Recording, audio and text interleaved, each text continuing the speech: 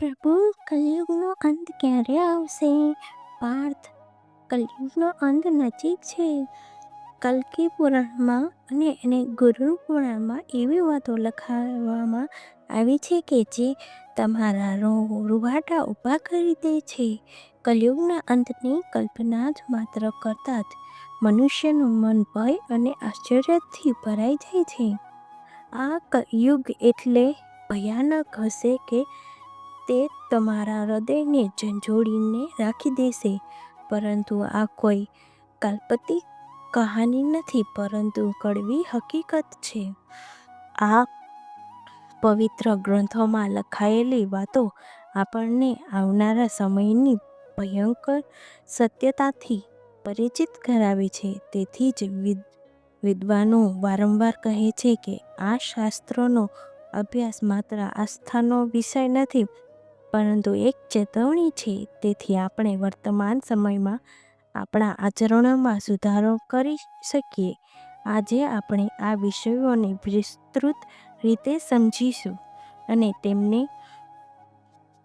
તમને તેની માહિતી આપીશું. અમારી વિનંતી છે કે આ માહિતી અંત સુધી ધ્યાનપૂર્વક જુઓ અને અમારી સાથે જોડાયેલા રહો. કલયુગના અંતની કહાની જાણવા પહેલાં આવો આપણે કેટલાક એવા પાસા સમજીએ કે સૃષ્ટિનો ચક્રને સમજવામાં મહત્વપૂર્ણ છે. સતયુગ, ત્રેતાયુગ, દ્વાપરયુગ અને કલયુગ, આ 4 યુગો વચ્ચેનો ભેદ આપણને સમજવામાં મદદ કરે છે. સમયની સાથે ધર્મ અને સત્યની શક્તિ કેમ ઘટી જાય છે અને પાપ તથા અધર્મનો પ્રભાવ કેમ વધતો જાય છે. સૌ પ્રથમ આપણે તે કથાને જાણીશું જે આ ગ્રંથોમાં વર્ણવવામાં આવી છે. આ રીતે તેનું વર્ણન કરવામાં આવ્યું છે. ત્યારબાદ અમે તમને તે તમામ રસપ્રદ અનેક ભયાનક દ્રશ્યો વિશે જણાવીશું જે કલયુગના અંત સમયે ઘટી જશે. આ કથાઓમાં માત્ર ભવિષ્યનું ચિંતાંકન જ નથી, પરંતુ સાથે એ સંદેશ પણ છે કે મનુષ્ય પોતાના વિચારો અને કર્મો પર કેવી રીતે નિયંત્રણ રાખવું જોઈએ. તેથી અમારી સાથે જોડાયેલા રહો, કારણ કે આ યાત્રા માત્ર જ્ઞાનવર્ધક જ નહીં, પરંતુ તમને ઊંડાણપૂર્વક વિચારવા માટે મજબૂર કરી દેશે. હિન્દુ શાસ્ત્રોમાં કલયુગની આયુ 4,32,000 વર્ષ માનવામાં આવી છે. આ વર્ણન ભગવત પુરાણ, વિષ્ણુ પુરાણ, લિંગ પુરાણ અને મત્સ્ય પુરાણમાં મળે છે. કલયુગની શરૂઆત મહાભારત યુદ્ધ પછી દ્વાપર યુગના અંતે થઈ હોવાનું માનવામાં આવે છે. એ રીતે માનવામાં આવે છે કે વર્તમાન સમયમાં આશરે 5,000 વર્ષ વીતી ચૂક્યા છે અને હજી પણ લગભગ 4,27,000 વર્ષ બાકી છે. આ ગ્રંથોમાં કલયુગના લક્ષણો માનવામાં વર્તન અને તેના અંતના સંકેતોનું વર્ણન કરવામાં આવ્યું છે, જ્યાં આપણે આ યુગની પડકારો પ્રત્યે સચેત કરે છે. તો ચાલો કોઈ વિલંબ કર્યા વિના કલયુગની અંતની પવિત્ર કથા સાંભળીએ. મહાભારતના યુદ્ધ પછી યુદ્ધ સમાપ્ત બાદ જ્યારે ધર્મરાજ યુધિષ્ઠિર અને હસ્તિનાપુરના સિંહાસન પર આસીન થયા, ત્યારે તેમના મનમાં સૃષ્ટિ ભવિષ્યને લઈને અનેક પ્રશ્નો અને ચિંતાઓ ઊભી થઈ. દ્વાપર યુગ હવે સમાપ્ત થવાની દિશામાં હતો અને કલયુગના આગમનની સંકેતો સ્પષ્ટ રૂપે દેખાઈ રહ્યા હતા. તે સ્પષ્ટ રીતે દેખાવા લાગ્યા હતા.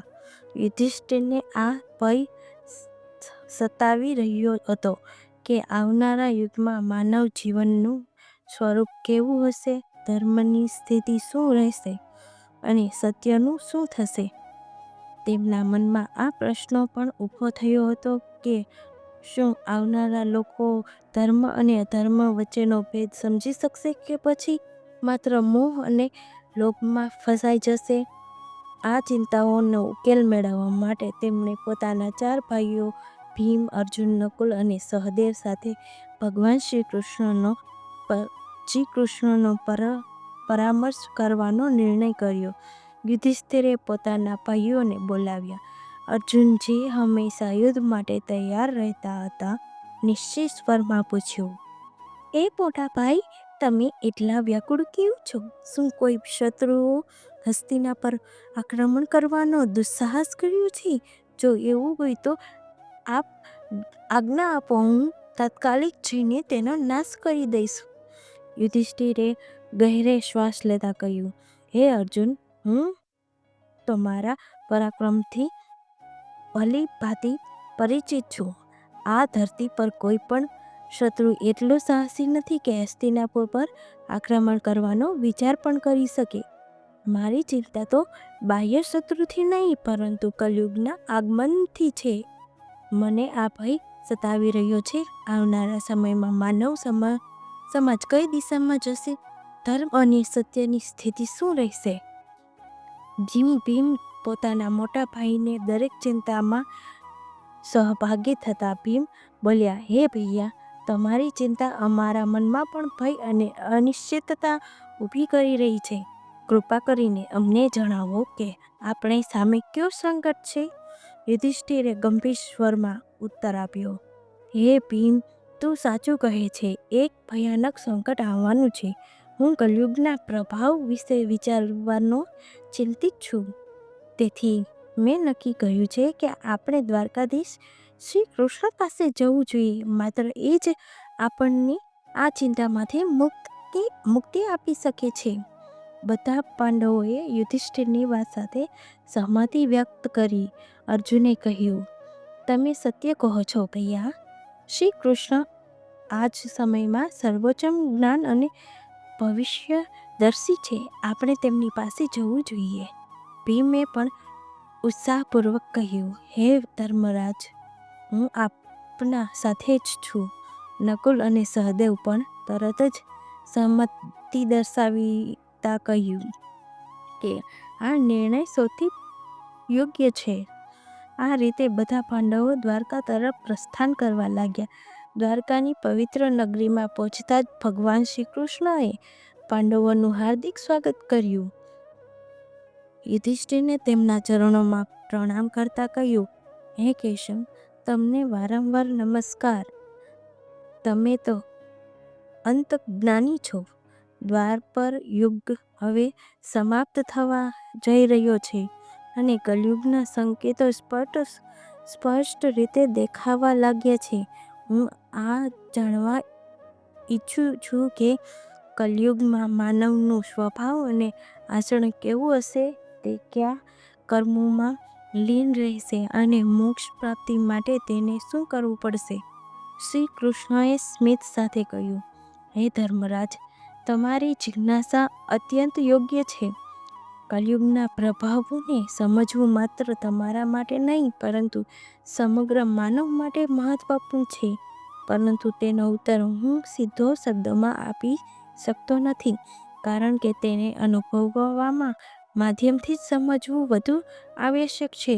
યુધિષ્ઠિરે ઉત્સાહથી પૂછ્યું, હે માધવ, તમે જે પ્રકારની પરીક્ષા વિશે વાત કરી રહ્યા છો, તેના માટે અમારે શું કરવું પડશે? શ્રી કૃષ્ણએ કહ્યું, હે મહારાજ, તમે તમારા ચારેય તેમને કે તમારા ભાઈઓને અલગ અલગ દિશાઓમાં આવેલા ધન અને રહસ્યમય વનોમાં જવું પડશે. આ વનોમાં તમે અનેક અજીબ અને અદ્ભુત દ્રશ્યો દેખાશે. આ દ્રશ્યો કલયુગના પ્રગટ થનારી પરિસ્થિતિઓના પ્રતીક હશે. જ્યારે તમે આ અનુભવો લઈને તમારી પાસે પાછા ફરશો અને તેને શેર કરશો, ત્યારે હું તમને કલયુગની વાસ્તવિક પ્રભાવ અને તેના રહસ્યો વિસ્તૃત રીતે સમજાવીશ. યુધિષ્ઠિરે ગંભીરતાથી ઉત્તર આપ્યો, જેમ તમારી આજ્ઞા હોય કેશવ. તમે જે સ્થાન તરફ સંકેત કરશો ત્યાં જવા માટે અમે તૈયાર છીએ. શ્રી કૃષ્ણએ કહ્યું, તમે અને ભાઈઓ અલગ અલગ દિશાઓમાં જાઓ. ત્યાં ભયંકર અને રહસ્યમય વનો જો ત્યાં કોઈ અસામાન્ય ઘટના કે અજીબ દ્રશ્યો નજર પડે તો તે ધ્યાનપૂર્વક જુઓ અને પાછા આવીને મને જણાવો, ત્યારે જ હું કલયુગના રહસ્યમય સારી રીતે સમજી શકાશે. શ્રી કૃષ્ણની આજ્ઞા પાલન કરતા પાંડવોએ પોતાના રથો ત્યાં જ રાખ્યા અને પગપાળા જ વન તરફ આગળ વધ્યા. વાતાવરણની બહારથી શાંત જણાતું હતું, પરંતુ અંદર એક રહસ્યમય કંપન અનુભવાતું હતું. જાણે દરેક વૃક્ષ અને દરેક પવન કંઈક કહેવા માંગતા હોય. વધુમાં વધુ અનુભવ મેળવવા માટે પાંડવો અલગ અલગ દિશાઓમાં વિખેરાઈ ગયા. યુધિષ્ઠિરનો અનુભવ. યુધિષ્ઠિરે એક ધન અને અંધકારમય વનમાં એક અજીબ દૃશ્ય દેખાયું. તેણે એક વિશાળકાય હાથી જોયો, જેના 2 સૂંઢ હતા. તે હાથી પોતાની બંને સૂંઢોથી મોટા મોટા વૃક્ષો ઉખેડી રહ્યો હતો, જાણે તેની શક્તિ અસીમિત હોય. આ દ્રશ્ય જોઈને યુધિષ્ઠિર આશ્ચર્યચકિત થઈ ગયા અને વિચારવા લાગ્યા કે આ અસામાન્ય દ્રશ્ય કયો સંકેત આપી રહ્યું છે. અર્જુનનો અનુભવ. અર્જુને એક શાંત અને સુંદર વનમાં પહોંચ્યા, જ્યાં ચારે તરફ હરિયાળી હતી અને પક્ષીઓની મધુર ચહચહાટ વાતાવરણને આનંદમય બનાવી રહી છે. આ શાંતિ વચ્ચે તેમણે અચાનક એક અજીબ દ્રશ્ય જોયું. તેમની સામે એક વિશાળ પક્ષી હતું, જેના પંખોમાં પર વેદોના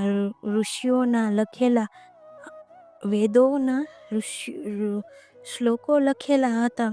તે પક્ષી દેખાવમાં પવિત્ર અને જ્ઞાનનું પ્રતીક લાગતું હતું, પરંતુ એ જ ક્ષણે તેણે મૃત જીવોનું માંસ ખાવા લાગ્યું. આ દ્રશ્ય જોઈને અર્જુનને વિચારોમાં પડી ગયા અને વિચારવા લાગ્યા, આ કેવો વિરોધાભાસ છે. એક બાજુ પવિત્ર વેદોનું જ્ઞાન અને બીજી બાજુ હિંસા તથા માંસાહાર. ભીમનો અનુભવ.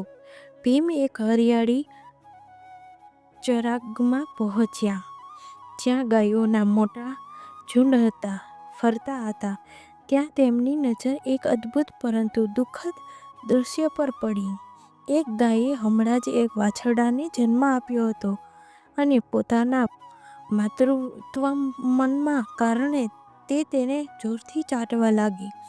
પરંતુ અતિશય ચાટવાના કારણે વાછરડાને લોહીલુહાણ થઈ ગયો. ભીમ સ્તબ્ધ રહી ગયા અને તેમને મનમાં વિચાર આવ્યો, આ કેવી મમતા છે જે પોતાના જ સંતાનને ઈજા પહોંચાડી રહી છે. સહદેવનો અનુભવ. સહદેવે એક શાંત જળાશય પાસે પહોંચ્યા, જ્યાં એક સીધી લાઈનમાં 7 કૂવા બનાવેલા હતા. તેણે જોયું કે 6 કૂવાઓમાં પાણી ભરેલું હતું, પરંતુ વચ્ચેનો સૌથી ઊંડો કૂવો સંપૂર્ણપણે સૂકો હતો. આ અજીબ દ્રશ્ય જોઈને સહદેવ વિચારમાં પડી ગયા. આખરે આ સંકેત કઈ દિશામાં ઈશારો કરે છે? જે કૂવો સૌથી વધુ પાણી સંગ્રહ કરી શકે એવો હોવો જોઈએ, એ જ સંપૂર્ણ ખાલી કેમ છે? નકુલનો અનુભવ.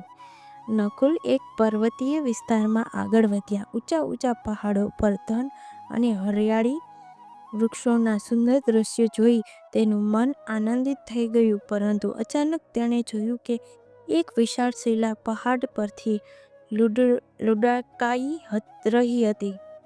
તે પોતાની માર્ગમાં આવતા મોટા મોટા વૃક્ષોને નિર્દયતાથી ઉખાડતી જઈ રહી હતી. પરંતુ તે દિશા શિલા એક જ નાનકડા કોમળ છોડ પાસે પહોંચી તત્કાલ ત્યાં જ અટકી ગઈ. આ જોઈને નકુલ વિસ્મિત રહી ગયા અને વિચારવા લાગ્યા કે આ નાનકડા છોડ એટલી મોટી શિલાને કેવી રીતે રોકી શકે.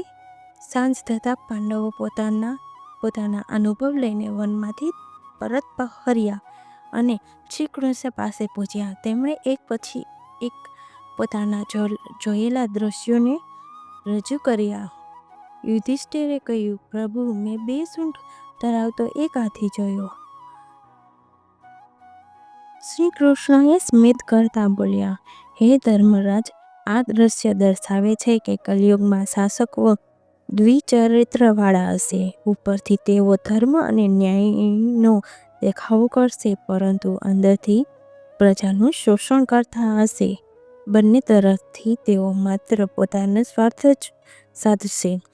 અર્જુનનો અનુભવ. અર્જુને કહ્યું, પ્રભુ, મેં એક એવું પક્ષી જોયું જેના પંખો પર વેદોની ઋચાઓ લખેલી હતી, પરંતુ તે માંસ ભક્ષણ કરતું હતું.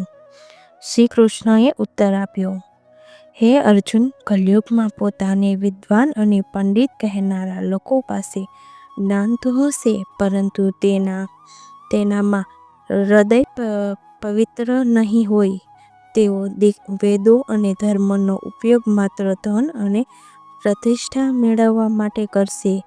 તેનું આચરણ તેમના જ્ઞાનના વિરુદ્ધ હશે. ભીમનો અનુભવ. ભીમે કહ્યું, પ્રભુ, મેં જોયું કે એક ગાયે પોતાના વાછરડાને એટલું ચાટ્યું કે ઘાયલ થઈ ગયું. શ્રી કૃષ્ણએ કહ્યું, હે ભીમ, કલયુગમાં માતા પિતાનો અતિશય સ્નેહ સંતાનો માટે બંધન બની જશે. તેઓ પ્રેમ તો આપશે, પરંતુ એ પ્રેમ સંતાનોને આત્મનિર્ભર બનાવતા અટકાવશે. મમતાનો અતિરેક પણ પીડાનું કારણ બનશે. સહદેવનો અનુભવ. પ્રભુ, મેં 7 કૂવાઓમાંથી જોયું કે વચ્ચેનો સૌથી ઊંડો કૂવો સંપૂર્ણપણે સૂકો હતો, જ્યારે બાકીના 6 કૂવાઓમાં પાણી ભરેલું હતું. શ્રી કૃષ્ણએ કહ્યું, હે સહદેવ, કલયુગમાં લોકો બહારથી સમૃદ્ધ અને ધનવાન દેખાતા હશે, પરંતુ તેમના અંદર કરુણા અને સહકારની ભાવના નહીં હોય. પાડોશીમાં કોઈ પણ ભૂખ્યો કે તરસ્યો મરી રહ્યો હશે, છતાં લોકો આંખ મીચીને પોતાના સ્વાર્થમાં ડૂબેલા રહેશે. આ સ્વાર્થપરતા જ કલયુગની સૌથી મોટી ઓળખ હશે. નકુલનો અનુભવ. નકુલે કહ્યું, પ્રભુ, મેં એક વિશાળ શિલાને પહાડ પરથી લુઢકતા જોઈ હતી, જે પોતાના માર્ગમાં આવતા મોટા મોટા વૃક્ષો ઉખાડતી જઈ રહી હતી, પરંતુ એક નાનકડા છોડ તેની સામે આવીને તેને રોકી દે છે. શ્રી કૃષ્ણએ ઉત્તર આપ્યો, હે નકુલ, આ દ્રશ્ય દર્શાવે છે કે કલયુગમાં ધન, શક્તિ અને સત્તા કોઈને પણ વિનાશથી બચાવી શકશે નહીં, પરંતુ જો કોઈ વ્યક્તિ સાચા હૃદયથી ભગવાનનું નામ લે અને ભક્તિમાં અડગ રહે, તો તે નાનકડા છોડની જેમ દરેક સંકટને રોકી શકશે. આ યુગમાં ભક્તિ જ માનવનો સૌથી મોટો આધાર બનશે. આ પ્રસંગ અહીં પૂર્ણ થાય છે, પરંતુ ગરુડ પુરાણમાં એક અત્યંત પ્રસંગ આવે છે, જ્યારે ગરુડજીએ ભગવાન વિષ્ણુને પ્રશ્ન કર્યો, હે પ્રભુ, 4 યુગ સતયુગ, ત્રેતાયુગ, દ્વાપરયુગ અને કલયુગમાં કલયુગનો સૌથી ભયાનક કેમ માનવામાં આવે છે? તેમના અંતના સંકેતો ક્યાં હશે? અને આ યુગ કઈ રીતે સમાપ્ત થશે? ભગવાન વિષ્ણુએ ઉત્તર આપ્યો, હે ગરુડ, કલયુગમાં અધર્મ, સ્વાર્થ, પોતાનું પાપ પ્રભુત્વ રહેશે, અને તેના અંત સમયે કેટલાક વિશેષ સંકેતો પ્રગટ થશે, જે સૃષ્ટિના વિનાશ તરફ સંકેત કરશે. આવો તે 5 મુખ્ય સંકેતો સમજીએ. પ્રથમ સંકેત, માનવ આયુષ્યનો આહાર. કલયુગના અંતિમ સમયમાં મનુષ્યનું આયુષ્ય અત્યંત ઘટી જશે. સરેરાશ જીવન માત્ર 20 વર્ષ સુધી સીમિત રહેશે. જે લોકો 12 વર્ષની ઉંમરમાં જ વૃદ્ધાસ્થાનના લક્ષણો બતાવવા લાગશે, વાળ સફેદ થઈ જશે, ચહેરા પર કળેચીઓ પડી જશે અને શરીર વિવિધ રોગોથી ગ્રસ્ત થઈ જશે. આ શારીરિક પતન માત્ર શરીર સુધી સીમિત નહીં રહે, પરંતુ માનવીની જીવનશૈલી અને નૈતિકતા પરનું પણ પરિણામ હશે. સ્વાસ્થ્ય, આહાર અનિયમિત દિનચર્યા અને તણાવભર્યા જીવનના કારણે લોકો શારીરિક તથા માનસિક રીતે નબળા બનશે. સ્ત્રીઓ માત્ર 8થી 9 વર્ષની ઉંમરમાં જ સંતાનોને જન્મ આપવા લાગશે, પરંતુ તેમની દોડબડતા એટલી હશે કે તેઓ સંતાનોનું યોગ્ય રીતે પાલન પોષણ કરી શકશે નહીં. બાળકો કુપોષણ અને નબળાઈથી પીડિત રહેશે, જેના કારણે આવનારી પેઢીઓ સતત અશક્ત અને રોગી બની જશે. આથી પરિવાર અને સમાજની રચના સંપૂર્ણપણે ખંડિત થઈ જશે. લોકો પોતાના ભૌતિક ઈચ્છાઓની પૂર્તિમાં એટલા વ્યસ્ત થઈ જશે કે સંબંધો અને પરિવારો પ્રત્યે નિરતા બની જશે. આ સંકેત સ્પષ્ટ કરે છે કે કલયુગના અંતિમ સમયમાં માનવી શારીરિક અને માનસિક શક્તિનો સંપૂર્ણ હાસ્ય થઈ જશે. સમાજમાં અવ્યવસ્થા, અશાંતિ અને અરાજકતા વધશે. પરસ્પર પ્રેમ અને વિશ્વાસ તૂટી જશે અને માત્ર સ્વાર્થ જ જીવનનો આધાર બની જશે. આ સ્થિતિ આપણને ચેતવણી આપે છે કે જો સંતુલિત જીવનશૈલી અને નૈતિકતાનું પાલન નહીં કરવામાં આવે તો આવનારી પેઢીઓ અંધકારમાં ડૂબી જશે. બીજો સંકેત, પતિવ્રતા સ્ત્રીઓનું લોપ. કલયુગના અંતમાં નૈતિકતા અને ધર્મનું એટલું ભયંકર પતન થશે કે પવિત્રતા સ્ત્રીઓની લગભગ લુપ્ત થઈ જશે. એક સ્ત્રી અનેક પુરુષો સાથે સંબંધ સ્થાપિત કરશે, જે સમાજમાં નૈતિક પતન અને પરિવર્તનના વિઘટનનું સૌથી મોટું સંકેત હશે. તે સમયે લગ્ન અને સંબંધોની પવિત્રતા સમાપ્ત થઈ જશે. લોકો પૂજાપાઠ, શ્રદ્ધા, અંતિમ સંસ્કાર અને લગ્ન જેવા ધાર્મિક સંસ્કારોનું સંપૂર્ણપણે વિમુખી થઈ જશે. પાણીની અછતને કારણે લોકો સ્નાન કરવાનું બંધ કરી દેશે, જેના કારણે માત્ર શારીરિક સ્વચ્છતા નહીં પરંતુ આધ્યાત્મિક પવિત્રતા પણ નષ્ટ થઈ જશે. ભોજનની આદતોમાં ભારે ફેરફાર થશે. માંસાહારનું પ્રભુત્વ વધશે અને સ્વાસ્થ્યિક આહાર, ફળ, શાકભાજી અને અનાજ દુર્લભ બની જશે. લોકો પોતાના વસ્ત્રો પણ ભૌતિકતાને પ્રાથમિકતા આપશે. ચમકદાર, તંગ અને ભડકીલા વસ્ત્રો પહેરશે, જે તેમની આંતરિક અને સાધના અને આધ્યાત્મિકતાની દૂરીને સ્પષ્ટ રીતે દર્શાવશે. સમાજનું વાતાવરણ સ્વાર્થ, લાલચ, છેતરપિંડી અને કપટથી ભરાઈ જશે. સંબંધોમાં વિશ્વાસની ખોટ રહેશે અને લોકો માત્ર પોતાના સુખ, સુવિધા તથા ભૌતિક ઈચ્છાઓ માટે જ જીવશે. ધર્મ અને કર્તવ્યોની વિમુખી તેઓ માત્ર શારીરિક સુખોની શોધમાં રહેશે. આ સ્થિતિ સામાજિક અવિશ્વાસ, અશાંતિ અને અનૈતિકતાને વધુ પ્રોત્સાહન આપશે. આથી ગરુડ પુરાણે એક શિક્ષા આપે છે કે માત્ર ધર્મ અને નૈતિકતા જ સમાજને સ્થિર અને સૌહાર્દપૂર્ણ બનાવી શકે છે. ત્રીજો સંકેત, વૃક્ષોનું ફળહીન થવું. કલયુગના અંત સમયમાં પ્રકૃતિ પર ગંભીર સંકટ છવાઈ જશે.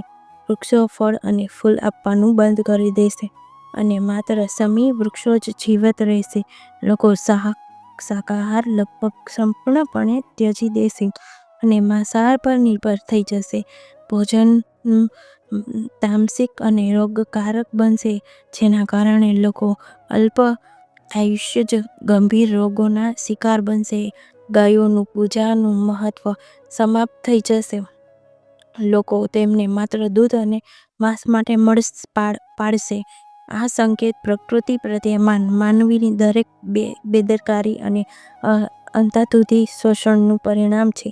વનોમાં વિચારચારી કાપણી, પ્રદૂષણ અને કુદરતી સંસાધનોના દુરુપયોગથી પર્યાવરણનું સંતુલન સંપૂર્ણપણે બગડી જશે. વૃક્ષો ફળહીન થવું અને હવામાન અસંતુલન સમાજમાં ભોજનની ભારે અછત ઊભી કરશે.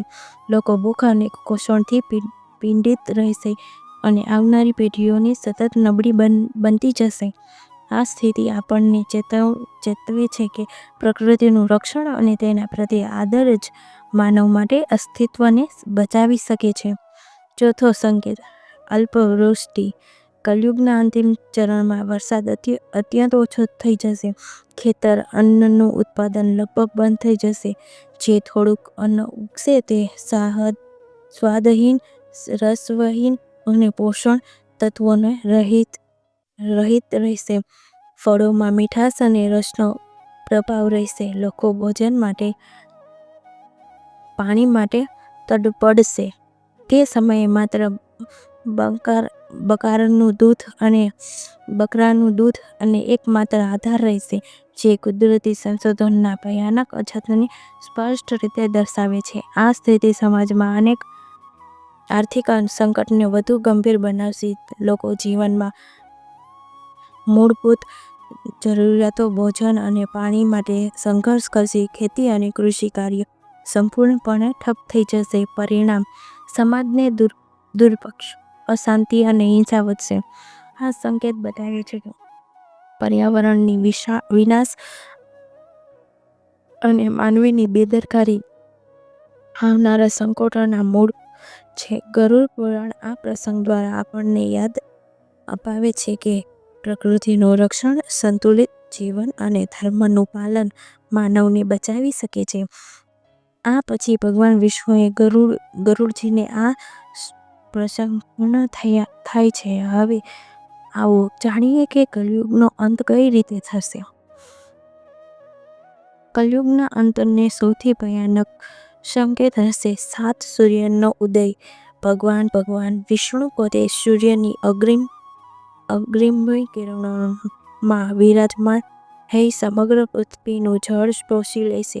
7 સૂર્યોની પ્રચંડ તાપથી નદીઓ, સમુદ્રો, તળાવો અને સરોવરો બધા સુકાઈ જશે. પૃથ્વી, દરેક જીવ, દરેક વૃક્ષ અને દરેક પર્વત આ અસહ્ય ઉષ્માથી બળી ભસ્મ થઈ જશે. ધરતીની સપાટી પર માત્ર ધબકતી રાખ અને રાખમાંથી ઉડતો ધુમાડો બાકી રહેશે. આ દ્રશ્ય સમગ્ર સૃષ્ટિના અંતની ઘોષણા કરે છે. આ પછી ભગવાન વિષ્ણુ રુદ્ર સ્વરૂપ ધારણ કરશે અને એવા ભયંકર મેઘો ઉત્પન્ન કરશે જે 100 વર્ષ સુધી અવિરત વરસશે. આ વરસાદ સામાન્ય નહીં હોય. તેની બૂંદો જ વજ્ર સમાન કઠોર અને પ્રલયકારી હશે. સતત વરસતા જળથી પૃથ્વી સંપૂર્ણ રીતે જળમગ્ન થઈ જશે. પર્વતો, સમુદ્ર ડૂબી જશે અને બચેલું જીવન લહેરોમાં વિલીન થઈ જશે. સમગ્ર વિશ્વનો અંત આવી જશે. આ પ્રલય સૃષ્ટિ ચક્રનો સ્વાભાવિક પડાવ સાબિત થશે.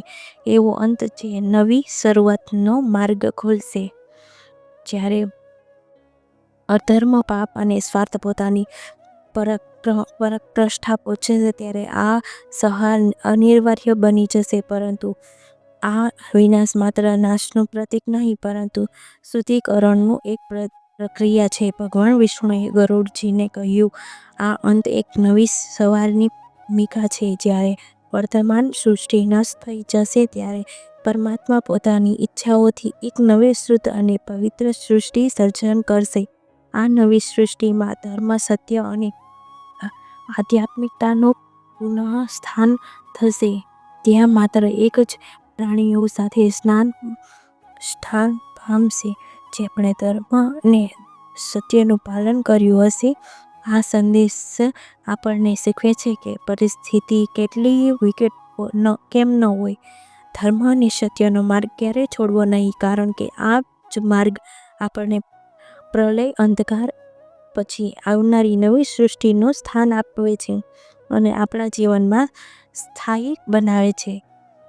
તો મિત્રો, આ હતી કલયુગના અંતની દિવ્ય ભવિષ્યવાણી, જે આપણે ધર્મ અને સત્યના માર્ગ ચલાવવાની પ્રેરણા આપે છે. જો તમને આ જ્ઞાનવર્ધક કથા પસંદ આવી હોય તો હમણાં જ લાઈક કરો, તમારા પરિચિતો સાથે શેર કરો અને આવી જ રહસ્યમય ધાર્મિક વિડીયોઝ જોવા માટે અમારી ચેનલને સબસ્ક્રાઈબ કરવાનું ભૂલશો નહીં.